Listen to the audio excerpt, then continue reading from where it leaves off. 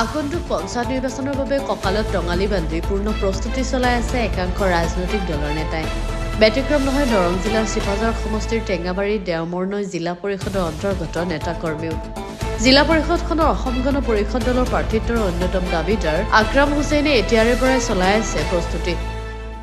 দুবাৰকৈ অসম গণ পৰিষদ দলৰ হৈ নামহলা গাঁও পঞ্চায়তৰ সভাপতিৰ আসন অলংকৃত কৰা আকৰাম হুছেইনক লৈ শংকিত হৈ পৰিছে বিৰোধী দলবোৰে। কিয়নো আকৰাম হুছেইনৰ আছে অঞ্চলটোত এক সবল গণভিত্তিৰ লগতে সুনাম। ইফালে অসম গণ পৰিষদ দলৰো আছে অঞ্চলটোত এক সবল গণভিত্তি। এই দিশসমূহৰ পৰা চালে আকৰাম হুছেইনক পৰাজিত কৰিব পৰা কোনো দলৰে প্ৰাৰ্থী নোলাব। শনিবাৰৰ পৰা অঞ্চলটোত অগপৰ কেন্দ্ৰীয় সমিতিৰ উপসভাপতি ডক্টৰ জয়নাথ শৰ্মাৰ নেতৃত্বত প্ৰাক্তন বিধায়ক মহেন্দ্ৰ মোহন ৰায় চৌধুৰী আৰু দৰং জিলা অগপৰ সভাপতি কমলেশ্বৰ বৰুৱাই অঞ্চলটোত সাংগঠনিক ভেটি সুদৃঢ় কৰাৰ বাবে কেইবাখনো ৰাজহুৱা সভা আয়োজন কৰি বুথ সমিতিসমূহ গঠন কৰে।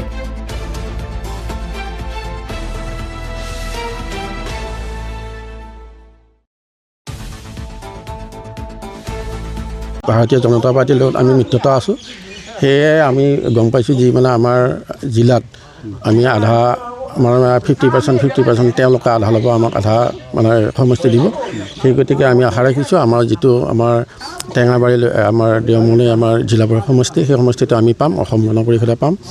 আমি পালে মই নিশ্চয় টিকেট বিচাৰিছোঁ। সেই গতিকে মই ভাবোঁ দলৰ ফালৰ পৰা মোক মানে দলৰ সংগঠনৰ কাম কৰিব দিছে, সেই সংগঠনৰ কাম কৰি আছোঁ। আজি আমাৰ মাজত আমাৰ ডক্টৰ জয়নাথ শৰ্মা ডাঙৰীয়া তেখেত আহিছিল। তেখেতে আহি আমি তেখেতৰ লগতেই তেখেতৰ নেতৃত্বত আমি 3-4খন বুথ কমিটি আমি গঠন কৰিলোঁ।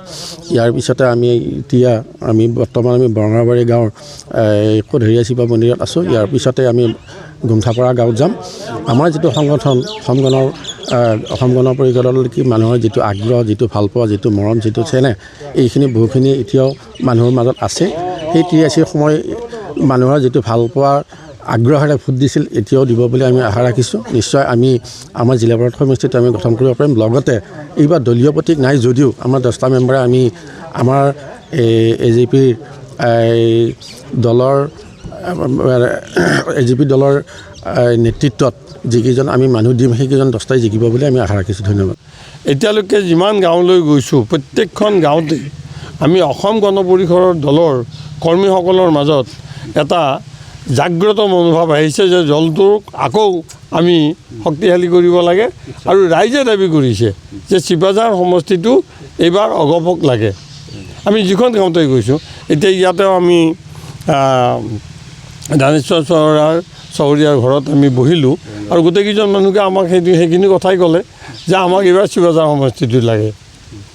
কিবা কাৰণত যদি নিদিয়ে, আপোনালোক এৰি নিদিয়ে, সম্ভাৱ্য ঘটনা বহুত হ'ব পাৰে। কিবা কাৰণত যদি আমি গুচি যাওঁতে ভূমিকম্প হ'লে কি কৰিব? যিকোনো ঘটনা হ'ব পাৰে। সেইটো সম্ভাৱ্যতাৰ ওপৰত কথা নহয়।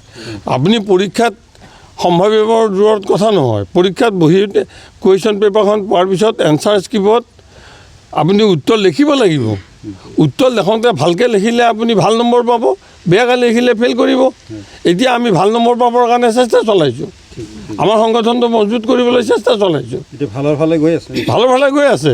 সকলো ঠাইতে যেতিয়া ৰাইজৰ এটা আপুনি নিজেই কৈছে যে এটা মানুহৰ মনত এটা আলোড়ন হৈছে যে অসম গণ পৰিষদৰ দলৰ এই পুনৰ এই সমষ্টি পাব।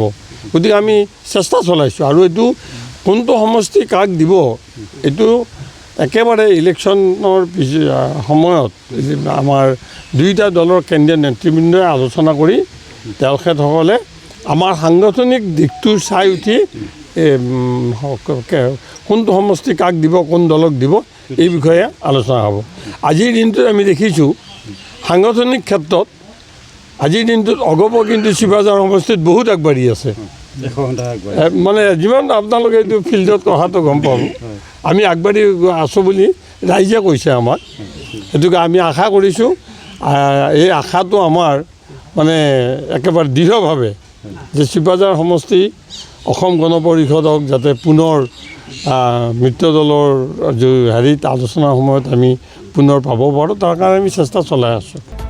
নামহলাৰ পৰা চিন্তু কলিতাৰ ৰিপৰ্ট, গ্ল'বেল এনি 24/7।